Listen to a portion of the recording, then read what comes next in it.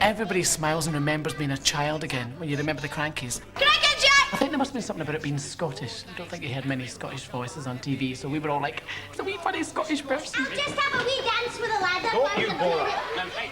Arthur was hysterical. Put it down, Scotty! Make me... Oh! You think of the days of variety, and certainly places like the Glasgow Empire, there were always acts that were speciality acts, unusual acts. The colour of this bra, you're a tart. And they're different from the norm. They are a classic double act because to have a good straight man, it makes a brilliant act. Jeanette's timing is superb, it really is.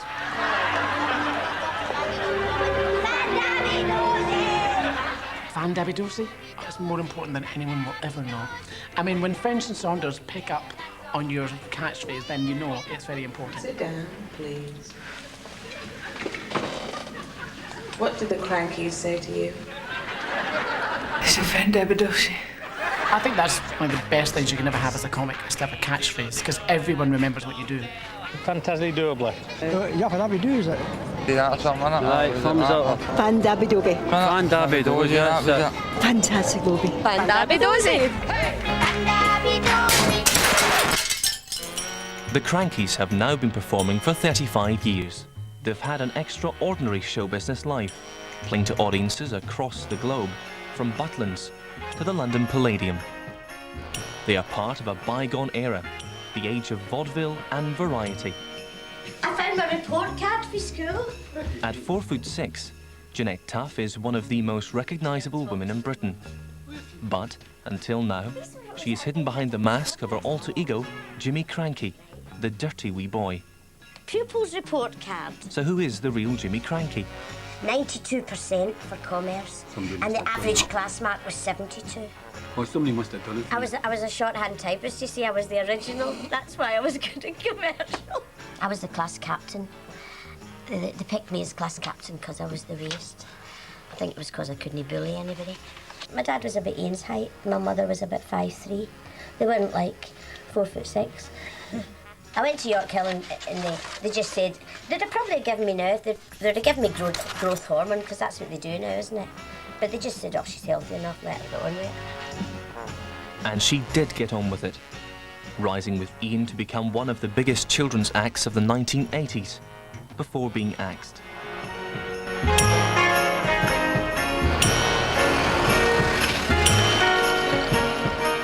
This year, the Krankies were brought in to top the bill at the Glasgow Pavilion pantomime.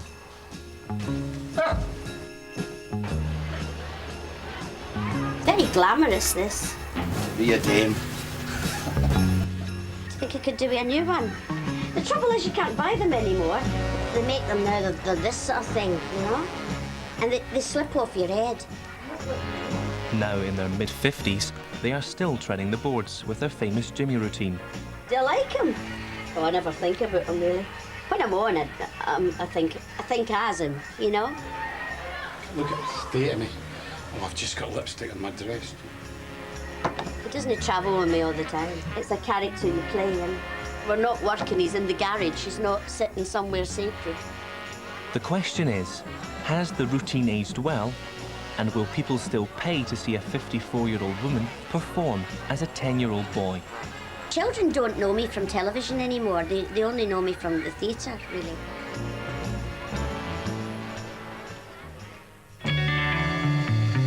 The Pavilion Theatre, Glasgow's last surviving variety house, is where Ian and Jeanette first met each other back in 1966.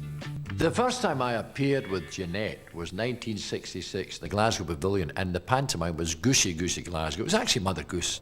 And wee Jeanette was Ginty Magoose. And she was absolutely, I mean, from the word go, I just looked at this kid and I thought, whatever it is, she's got it. Ian, of course, he was the assistant lighting man. She was, to me, different from the rest of them. She stood out. I think that today the word they use is a charisma. I was actually 16 at the time, but everybody thought I was about 9. I thought her personality was tremendous. He was quite a smart boy, because they were all scruffy backstage, and he had a nice cardigan and always smelt of aftershave. Actually start out as either thinking to be an actor or a romance. We were just friends. We used to go out to the cinema in the afternoon, and then we'd go for a Chinese. But I was on more money than him, so I paid for the food and he paid for the cinema. I started a smoking as well, which I should never have done. He used to throw Merry Maid caramels at me. Terrible thing. You want a sweetie wee girl? He's a sweetie wee lassie. But she was 17, 18. Well, here it is. I hate this all. Well, we hit me at 11, 10 o'clock in the morning. What are you lot for? What a tip. This is number 7. We didn't come in this way. Ian and Jeanette have been in Glasgow for a month, They all look alike, don't they? but in true Krankie style, simply finding their rented flat turns into a slapstick routine. Yeah, but this is the one I can't. This is the dodgy one. We'll have to go to the back door. This is brilliant, eh? Yeah, your life's a comedy sketch, isn't it? Taking their name from a previous panto that Jeanette had starred in, they set off in search of fame and fortune, but ended up on a tour entertaining American troops across Europe. We did 4 weeks in Germany and 4 weeks in Turkey.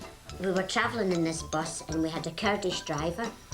Who hated the Turks. And Detest the I mean, the Turks. hours and hours and hours of Driving. driving was horrendous. So we used to get bored, and we had fly swatters, you see, because there was flies everywhere, and we had these fly swatters. And then we decided we'd play this game, a swat the Turk. You see, so they would be in donkeys, you know, and they'd be going along the road, and they'd be passing in Go the slow, bus. go slow. And go slow, go slow. So we went wind down the windies and see if we could get the Turk off this donkey or this bike. After their wedding, they moved to the north of England and did the rounds of the working men's clubs. But a certain somebody was still missing from their act. I said to you, why don't we try dressing up as a school kid? We thought of St. Trinian's, but it didn't look right. It did That looked a bit tacky. tacky and sexy. Jim Oh, Slipton. Thought, no, that's going to look awful. So I found my older brother's khaki shorts from the Scouts or something, my younger brother's red cap, and my grandfather's old boots that were lying up there. And we just took that down to the Barrow and Furnace Labour Club and ad-libbed it from there, didn't we? 3 gags and a song at the end and bang. When they played the clubs, I mean, that was the hardest kind of apprenticeship you could get. We've come across places and clubs where they've not even been watching you, and folks snogging, and you know, in nightclubs at the Piper at Preston, they used to have seats like that. I came round and this young couple were tongues down each other's throat, and I went, "Excuse me, have you seen my mum anyway?" And he went, "Ah, F off." And so I went onto the stage. I said, "She's just told me to F off."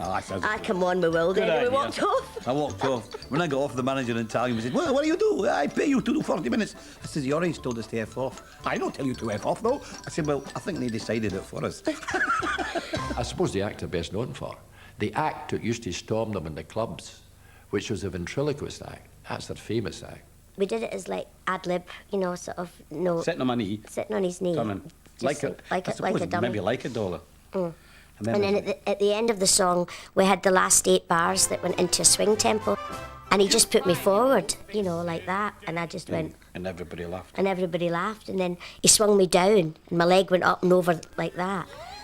And swung me round. And then we get howls of laughter. And we got howls of laughter. and Funnier we than thought, anything we got earlier on. And your mate's a still whale pulling her pony. They always ask for it. In fact, we got it at pantomime this year. They said, "Oh, you're not doing the dummy." I said, "Oh, No, I've it got-" takes a lot out of you. I'm getting too old for this. Too fast. And for funniest thing, this is the first season I've not had my sciatic nerve go out.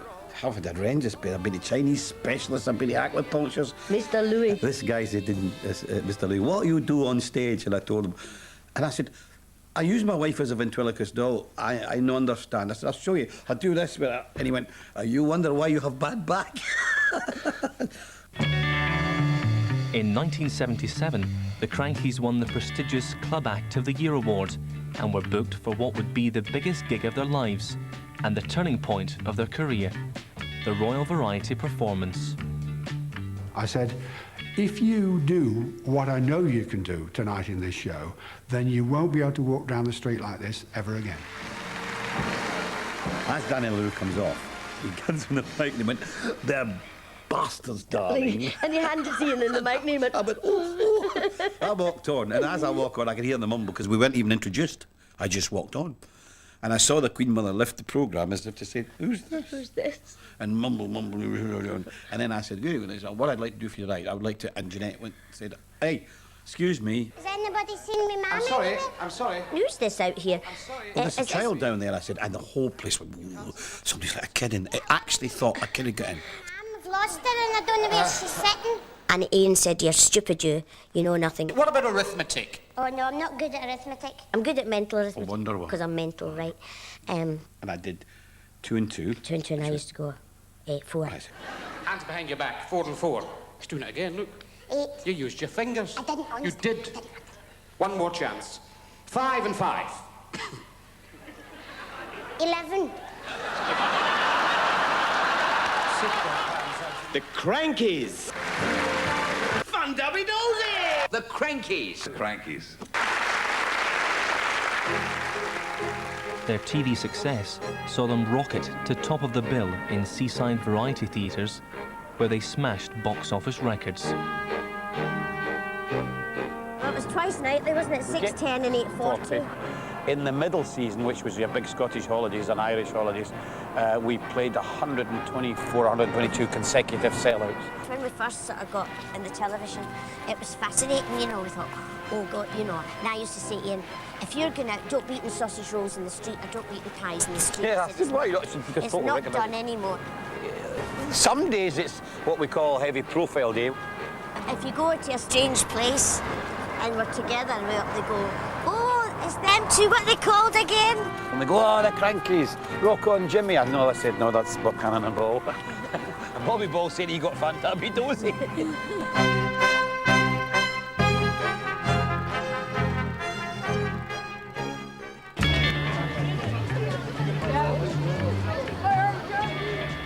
Back in Glasgow, the panto is starting to pull in the family audience.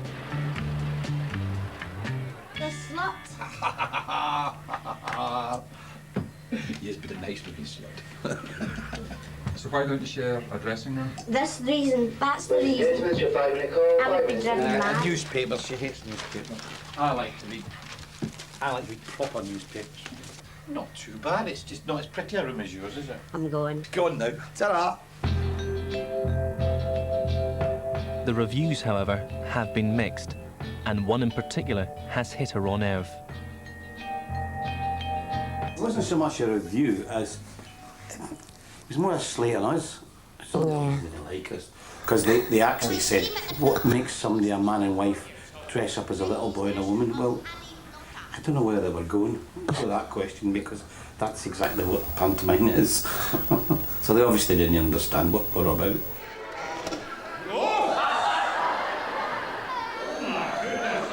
What's he doing? Praying. What's he saying? You can't separate our lives with the business people. I think the thing we go about dressed up like that all the time, you know. Him as a woman and me as a wee boy. The meaning, why do you dress as a little boy? Because it's made me a lot of money over the years, that's why, and it's been successful.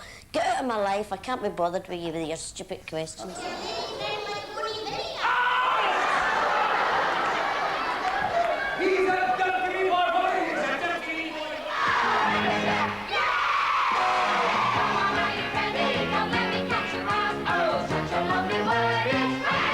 We took it from 2.5 million viewers to 9 million viewers within 2 years. The first time I probably saw them was in Crackerjack at 5 to 5. And my first memory of them was just finding this wee boy absolutely hysterical. But I think it was less to do with her playing a wee boy, more to do with her playing a character. And it was just a character she was really good at playing. Yes, once again, it's good news, bad news time. They used to come for a tech run, sort of, the cameramen in the Wednesdays. And the same men came, and we all stood in the same positions every week. And we had to go through this good news, the bad news, the good news, the bad news. Bad news? More good news. Ian said, The bad news? Jimmy Kranky's got no willy. But the good news? He's got bloody big tits. And they actually wrote it down, turned to the director and said, Is this that in? They were like not amused because we were mucking about. That's how staid they were. The Krankies now tasted true TV stardom and were fought over by ITV and the BBC for the most prestigious slots. They got bigger and bigger. Do you expect me to believe all that? No, but it passes the time. Oh, I see. We ran our own television company and we played all the parts ourselves. But it's a bit run down now, isn't it? It's a bit run down there. I think it was 4.5, 5 million viewers. Here we are. Oh, there's some pictures here, Jeanette. Oh, look at how thin you are. It was all different sorts of comedy. It was slapstick, it was verbal. It goes right back to the days of vaudeville and music hall. He was trying to tout us and BBC were touting us at the same time, weren't you? These were the days when... Yes, when they fought over you. There's nothing camp about that one, is there? No. I mean, look at that. Have you ever seen anything like that? I put Daniel out to shame, that Big one. queen. You actually looked a bit like Barbara Cartland in those days. There does come a time when, no matter who it is, the camera has to be gentle and has to pull back just a little bit. What did we used to do in here? I just used to say, Harry, don't come in too close to that camera. Give me a mid-shot. Yeah, this will be a close-up coming up now, I can see. I remember my age. I think it was about 43 at the time. Yeah, Jimmy's not really 10, he's 43. Keep that camera away. I would love for somebody to say to me, we'd love to do another series of Krankies. It would be the happiest day of my life. But you've got to be fair to the artists. You cannot. Are you sure you know what you're doing? Look at me. I'm Jimmy Krankie. That can cool you down. And you... But the glittering decade of TV stardom was about to come to an abrupt end. How did you feel when that got Cut? Yeah. Nothing really. Mixed feelings. It was at the time when all the television licenses were up, and by then they'd invented a children's board to decide what television was made, and the children's board didn't think we were right. They didn't think we were PC. PC. In what way? Because I was dressed as a wee boy and I he was was just dressed as a woman. And they said, what is the relationship between these two? And Harry said, it was pantomime. It's called just pantomime. But no, they did. No, I don't think we'll go with this. And that was us. You come into the PC world, politically correct world. In our day, when we were growing up, there was nothing like that. If you ask people our age, or as people that think PC's a load of tripe, we're all going to get back at you all. You know, because it's a load of nonsense. People should be allowed to do what they want to do. And they shouldn't need to be looking for a hidden... A hidden secret, because there isn't any hidden secret. So it's all these PC people that have got a warped mind. Well, no, they tried to... Which was you. We used to drive it. I wonder we never got letters about that, a schoolboy driving a car. Obviously the panel didn't think of that one. They were more interested in their sexuality than they were about an underage person driving a car. Oh, it's a lovely kitchen. Since losing their own show, Jeanette has taken on a series of tongue-in-cheek cameo roles. But I set fire to my mattress. Had to be moved. It wasn't suicide. It was matricide. I was a Scottish drunken bag woman. Oh, Glasgow! And I was her new friend. And we did the scene together. And then at the end of it, they took her away in a trolley and I had the final line. Oh, that's brilliant. See if I wait here long enough. Will another one come along for me? What a strange little boy you are. I'm a person. My name's Anakin Skywalker. Dawn French said that she'd always liked us, when she was admired younger. Jeanette. They always say, thanks so much for coming on, you know, thank you for doing this. They're really, really, really nice girls. Yeah. I know they take the mickey, but it doesn't matter. I think it's an honour for us. Oh, stuff it up your green ass, you little bogey. This'll teach you. Ow! So, is the boy to be trained, Master? No, he's going straight into Panto in Glasgow instead. Recently, the Krankies have been making a living as a cabaret act on cruise ships. This coming season, they've decided to try for a new image, for their oldest routine. This is pantomime season. Look. I need any makeup on. A wee bit pale.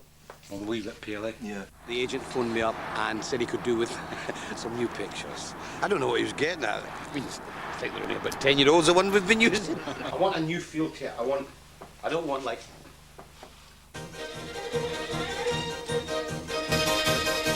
Oh, this is a bit theatrical. Is it? Oh, there you go. That's all right. So looking at each other as you're walking along, pulling the boy along. Like I'm dragging him to school. Dragging him to the nursing home. So what kind of feel are you going for? We don't know. Oh, sort of off the wall show. More like... We'll tell you when we see them. See them, more like the old alternative style now, you know, whereas you're not gushing at people. The theatrical style. I keep going like, hi. You say no alternative? No, you've always been alternative. How can you be anything else dressed like that? If you know, have something against the wall. Can I? Yeah. See if you can kind of get Jeanette, as if you've got her on your back, you know. Grab me with the trouser or something. That's it, and by the scruff of the neck. And you're enjoying it, haven't you? That's it, yep. That's it. I don't know. My knickers are up my bum. What do you think? Are you happy with this? Yes, very pleased with them. They've turned out well. Though I think Jeanette has got a wee bust at the top of her head there, but I suppose we could make some sort of funny comment on that. And we've also got the Waverley at the back there, but not sharp, which, you know, enhances the picture. So it's actually turned out quite well. Is this them? That's them. Slightly campion. Yeah, slightly forced. That's great. That. You like that? Yeah. The one there, that's it. Yeah. We're only looking for what's that going to look straight at a poster. That's all I want. We don't really want the Waverley in a poster, do we? Finally, a successful picture emerges. But is a successful picture also emerging at the Pavilion Pantomime? What's happened? You've been deflowered. Yes, memories. Oh, for goodness. I've never known a performer get across to children in an audience the way Jeanette does. Oh, yes, you... She was saying things, you know, having a wee go at all the adults and all that, and they were punching their fists in the air saying, yes, as though she was like a spokesperson for the younger generation. I like the Krankies. Oh, I think it's not. Oh, see you later. Krankies were brilliant. And stop to pee. The Krankies should go on the telly all the time. Jeanette was hilarious. Despite the reviews, the pantomime has been a smash hit. Jimmy Krankie might be 54, but after 35 years, he and his long-suffering sidekick Ian can still draw the crowds. Well, it was a great run. Last week, we sold every single performance out. 1,500 people, every single performance. Wonderful. And this is sweeties for the road. The remainder of the Cadbury's roses. Because Ian will get to about Carlisle and he'll say, I want chocolate. We knew they had it down the year before. Yeah. It dropped a bit the year before. So we knew we had to bring it back up again. And that's the sad thing when you miss a year or take a couple of years out because they want to change something. If what comes in loses your audience, you've got to build it again. So we've took it back up again. That looks like a hearse now.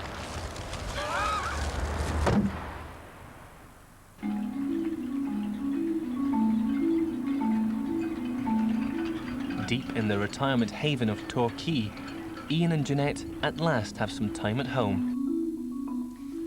That was from Jigsaw. Now that and anybody else I suppose would be like that length, but what I do is like I wear them sort of that length. But as long as you get the size, this is a size 6 or an 8, and this is a size 1. And they make them, they do very small sizes, and they do also people with huge feet. And I'm normally sitting with somebody that's got like big banana boats. Jimmy boots, panto boots. Mrs. Tough Shoes. This wee boy said to me one night, "Are you Jimmy Krankie?" I said, yeah. He said, why are you dressed like a woman?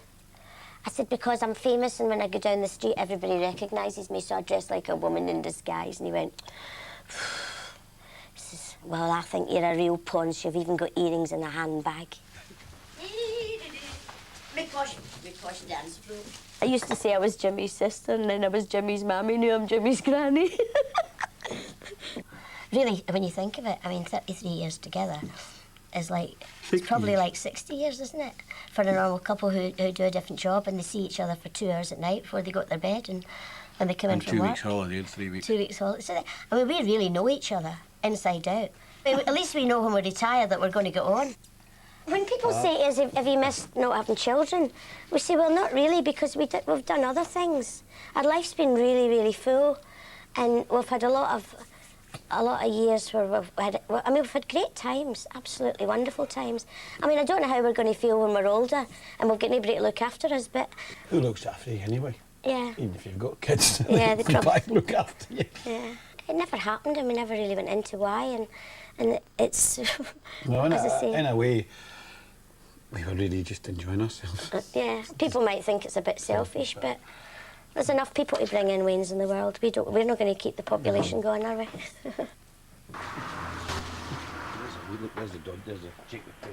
We're part of variety in vaudeville. We're the end of variety. Lead, the next drill leg, lead. Remember that one? So it's just not in vogue at the moment. I mean, stand-up's back in vogue, but stand-up's different. People say variety's dead, but it's when you do something like the Pavilion Panto. The Pavilion Panto is a variety house, so that's what they want. You need to be able to do something, have an act. We can still go on and entertain. When somebody pays 10 quid or 12 quid and sits down in a theatre and they want to see you perform, do an act, do something that makes them either laugh or applaud through thinking that's ever so clever. Or and funny. it isn't a dying trade. I kind of wonder if there is a place now for people to bring back some variety. I mean, in a sense, I think sometimes when because I'm singing and I'm dancing and blah, blah, blah, I kind of think, oh God, I could easily go up that street, and I think I'd quite like to. And I also think you'd be surprised the appeal if you put the Krankies back on TV. That's what I'm fighting for. Put the Krankies back on TV. After 35 years of packing and unpacking for gigs all over the world, staying at home is becoming a more attractive proposition. I should have a coffee. You might have one soon enough. Well, that would be all I could do, is make the coffee, because I'm useless at anything else. Sometimes you just get fed up trawling about. The older you get, you know, you think, oh... Like now, I mean, we don't really want to leave here now, do we? Well, We know we're going to go to Australia in a few weeks, yeah, but at the moment today, I just don't want to even think about it. I just want to stay here. And you get a frightened that one day you might feel that for good. Then you have to say, well, what am I going to do? So you're asking us how long we're going to go on, really? We don't plan. As long as you have the energy and enjoy what you're doing, you keep doing it. And as soon as people don't want you, and they don't want you for a panto, or they don't want you for a summer, or they don't want you for odd things, you take it as life as it comes, don't you? Take great care, don't you? After the success of this year's panto, next year Ian and Jeanette will be back at the Pavilion, packing them in for another year of good old-fashioned pantomime. But before then, a tour of civic theatres in Australia, a summer season on the South Coast, and who knows, possibly even a TV comeback awaits them. You don't expect them to believe all that, do you? No, but it passes the time.